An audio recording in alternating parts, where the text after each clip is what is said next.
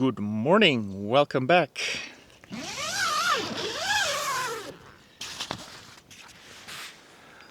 I slept next to this tree. It's called a stinking juniper, but as far as I can tell or smell, it doesn't stink. That's my road, a dirt road. I'll be following it today and we'll see where it takes me. So there's a trail quite close to here. It's called the Miners' Trail, and it leads to an old asbestos quarry. I want to check that out.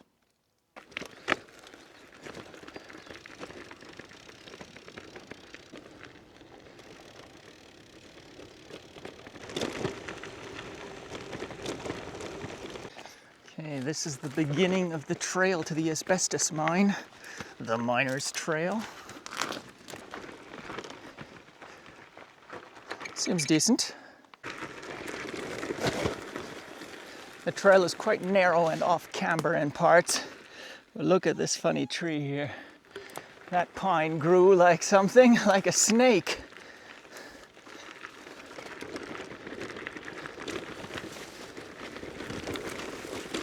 Now, these are the trails where I'd like fatter tires.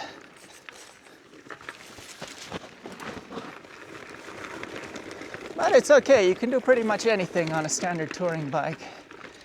You need any fancy equipment.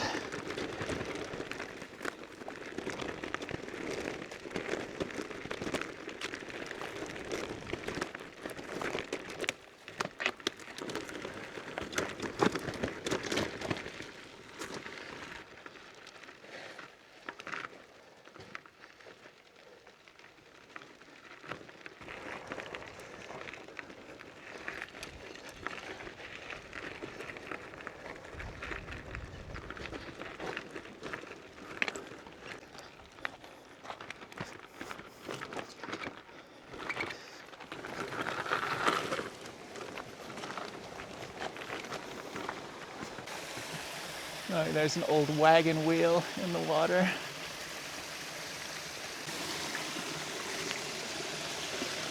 So I need to see where the trail goes from here. It seems to kind of disappear at the river.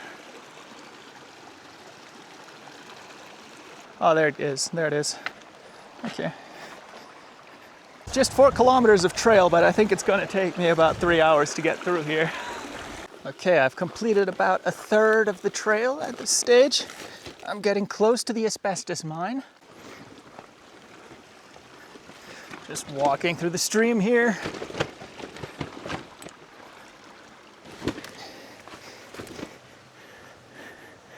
Stuck in the thorns here. There we go.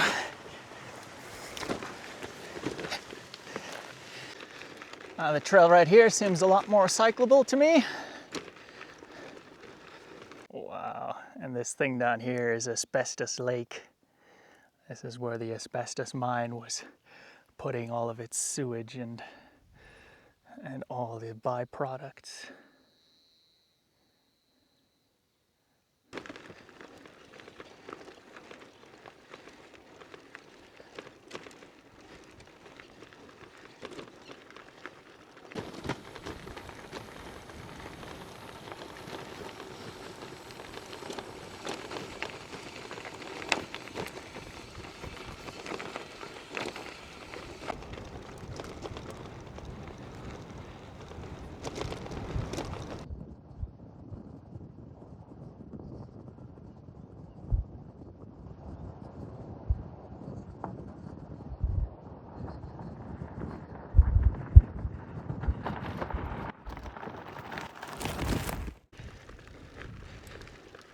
This whole thing here was the asbestos mine. It's the Amiantos mine. It was the largest asbestos mine in Europe, and they found about 1 million tons of asbestos here, and it was exported into the whole world. I'm going to hike up the mountain a little bit, and we'll get a bird's eye view of this whole thing. Honestly, a drone just makes you lazy, so that's why I don't have one. Now, asbestos is a real jack of all trades, especially in construction, mainly because of its fireproofing and insulation properties. The top producer is Russia nowadays. They produce about 750,000 tons, 750,000 tons of the stuff each year. The use of asbestos goes back thousands of years. In fact, in the Stone Age, people were using it in ceramic pots to stabilize them. This mine has been closed since the late 1980s, so the environment has had about 40 years to recover here. It certainly doesn't look active anymore, but it also certainly doesn't look like a pristine environment.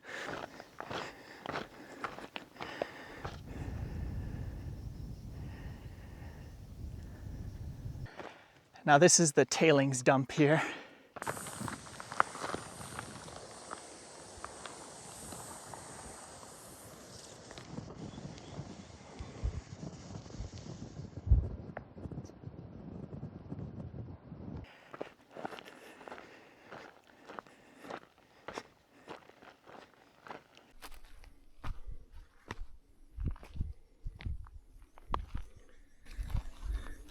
Just look at the scale of this operation. I am now standing in the middle of the excavation pit of what was once the largest asbestos mine in Europe. In total, 130 million tons of rock were excavated here, and of that, 1 million tons were asbestos. That asbestos went into the whole world. It was used in insulation materials, it was used in textiles, and it was especially used in building materials. Even today, we can see the consequences of this asbestos. It's estimated that about 250,000 people die every year due to asbestos exposure. Now, this mine has been closed since 1988. Exploitation started in 1904, and for the first 20 years, it was grueling work. It was work from dawn until sunset. Locals were working the mine. They were allocated a plot of land by the owners of the mine, the British. This plot of land was about 5 by 10 meters, and they would be working it using pickaxes, using miniature dynamite sticks. It was extremely perilous work, and people were dying. Then in 1929, there was a major strike. 6,000 workers were protesting against the working conditions, and this led to the gradual implementation of modern machinery, for example, the crusher, which we will see in a moment. I'm just cycling over to the crusher now. Let's start at the back end, because this is where the asbestos production process begins. Of course, somehow you need to separate the fibrous asbestos from the rock material itself, right? How do you do this? You put it into a crusher. So the rocks would be thrown through this grill. All of the really big rocks would just fall down. They would be separated from the rest of the material right here. And then we will see on the inside, it would be taken via a conveyor belt to the crushing machine. Let's check it out. This looks like something from a dystopia, but right after the rocks were thrown through the grill, they would fall down into this container, and then they would be transported by the conveyor belt up here. Let's go up the stairs.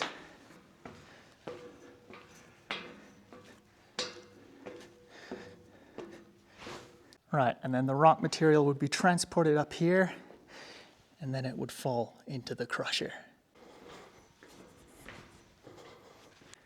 Now, the crusher wasn't the end of the process. It just made the asbestos accessible. But you still needed now to filter the asbestos from the other raw material, and you needed to separate it according to the length of its fibers. This was the next production step.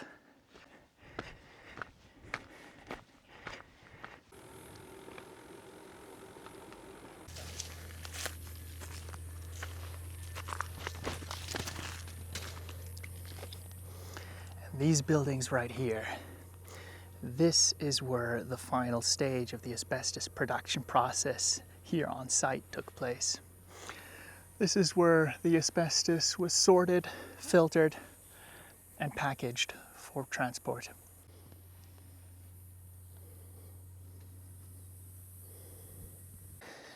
At its peak operation capacity, the mine had 18,000 employees. Now these employees had to bring their children to school. They needed a hospital if they got injured. They wanted places to worship. So there was a whole village next to the mine.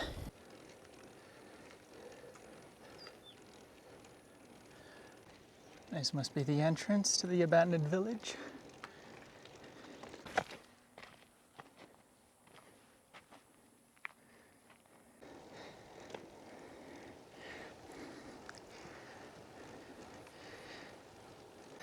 Now, in the golden age of asbestos mining, there were 4 schools in operation here, and in total 1,600 students visited these schools.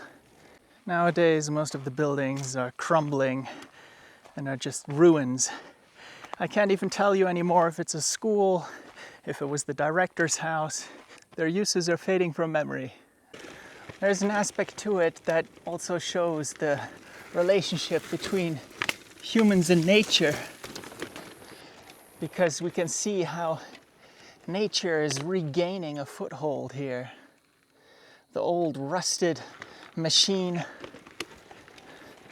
the crumbling walls of the house, the flourishing vegetation. It's impressive. This house up here is so big that it almost looks as if it belonged to the director of the mine. Oh, but right here, I can show you something. What do you think this is? What do you think is in here? This is asbestos. It's the perfect example. This is the type of stuff that you make with the fibers from the asbestos. And it's fine as long as it's stuck in here.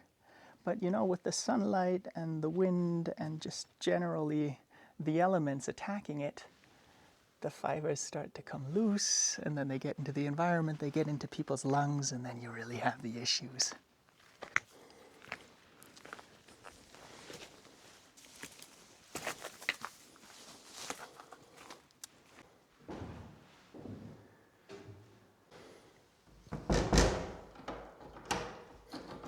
The doors are locked.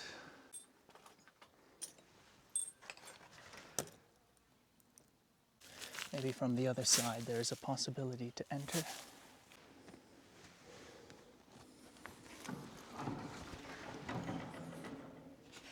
I suppose I could climb in through the window.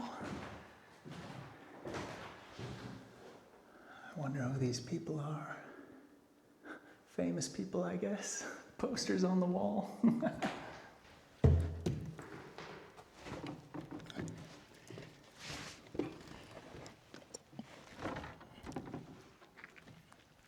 I need to be careful here because I don't want to step into a nail. And also these rocks, when they get heated up in the sun, it's the perfect spot for snakes.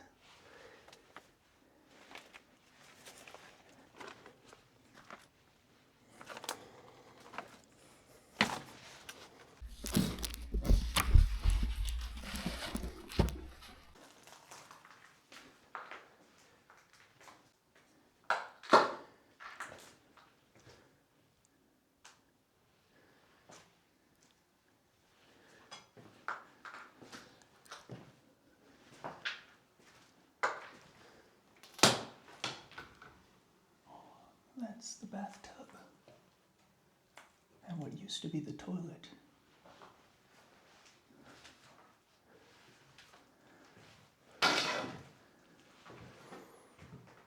A long time ago, this was the fire pit.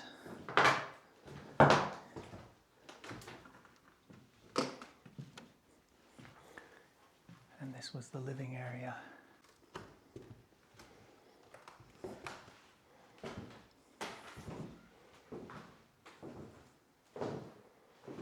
And some swallows have built their nest up here.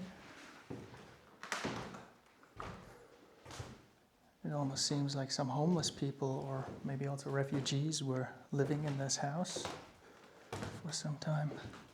But they're not here anymore.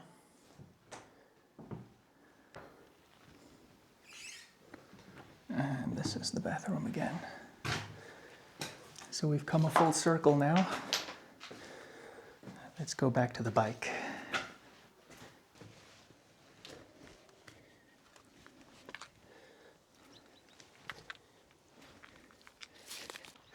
That house was so well equipped, so luxurious, that I can hardly believe that it was any normal miner's house. Probably it was the foreman's house, or perhaps even the mine manager's house. I don't know if he lived on the grounds of the mine. In 1982, demand for asbestos started crumbling and the world market price fell into a pit. That's when the mine stopped making money, and 6 years later, it closed its operations forever. That's when this village was abandoned and the mine became the lost place that you know today. Besides the 4 schools and the hospital, there was also a church, this building right here, as a place for the workers to worship. And I think this door without a handle says everything about the mine. It's closed. Finito. End. Time to say goodbye to the miner and the mine. Time to look for a spot to camp and to get some food for this evening too.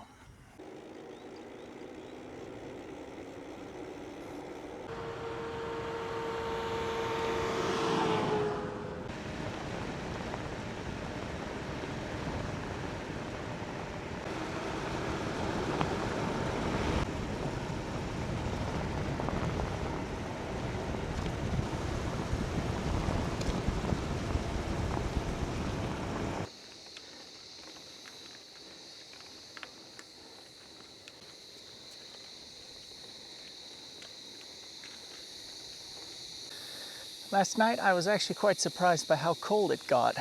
I actually slept in my sleeping bag, which I don't normally do, at least not in summer in the Mediterranean. I'm curious what it's going to be like tonight. I'm about 600 meters below the altitude of my previous campsite, so it's already considerably warmer. Since the stores in the last village were unfortunately closed, I will be having pasta with lentils tonight. Nothing fancy, but it'll do the job. Now I'm just chasing my shadow up this winding mountain road, which will lead me to St. John's Monastery. And close to the monastery, I've seen there are some shelters, which usually means that there's a spot to sleep too.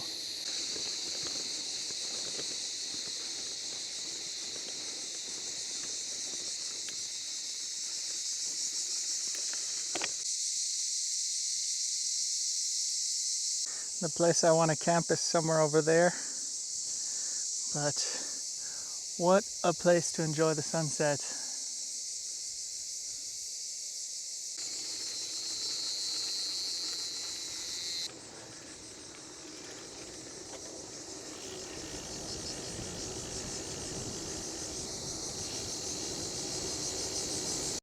That's the monastery, so I'm almost at my campsite.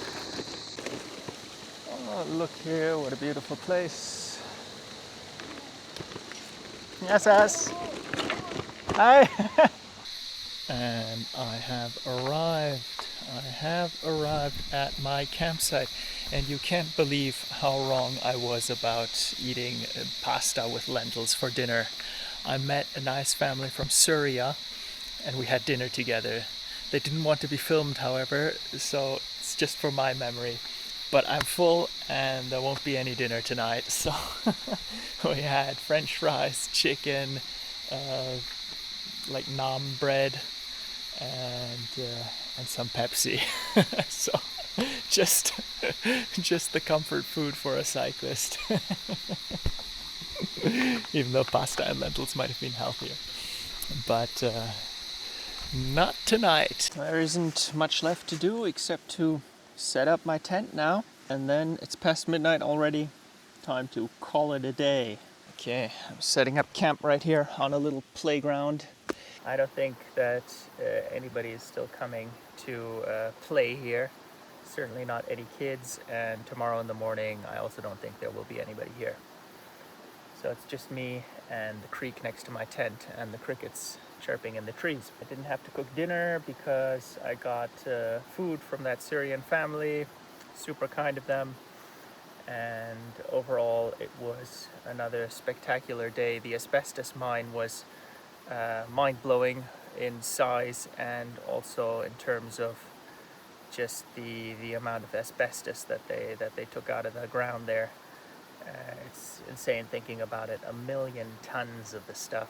Good thing that people found out about all the adverse health effects, and that they aren't using it as much anymore. Still using it though in many countries. Now, for me, it's time to say good night. I will see you on the next one. That's tomorrow. And then, as always, folks, stay hungry for adventure. Stay hungry for whatever makes your days exciting. Okay, so little evening doctor session. I have a slight twinge in my right shoulder, probably because I slept on it the wrong way yesterday night. And I'm just going to use a little bit of this cream that my host Angelo gave me in Campos. He makes it himself with olive oil and 5 secret ingredients, local herbs and 1 herb from Crete. And his grandfather showed him how to make it, and he makes it to this very day, not as a business, just as a hobby. He said if you just rub it on the muscle or the joint that's hurting a bit, then it will be just fine in the next morning. So let's see. I'll let you know. I will see you there. I'll see you then. Good night.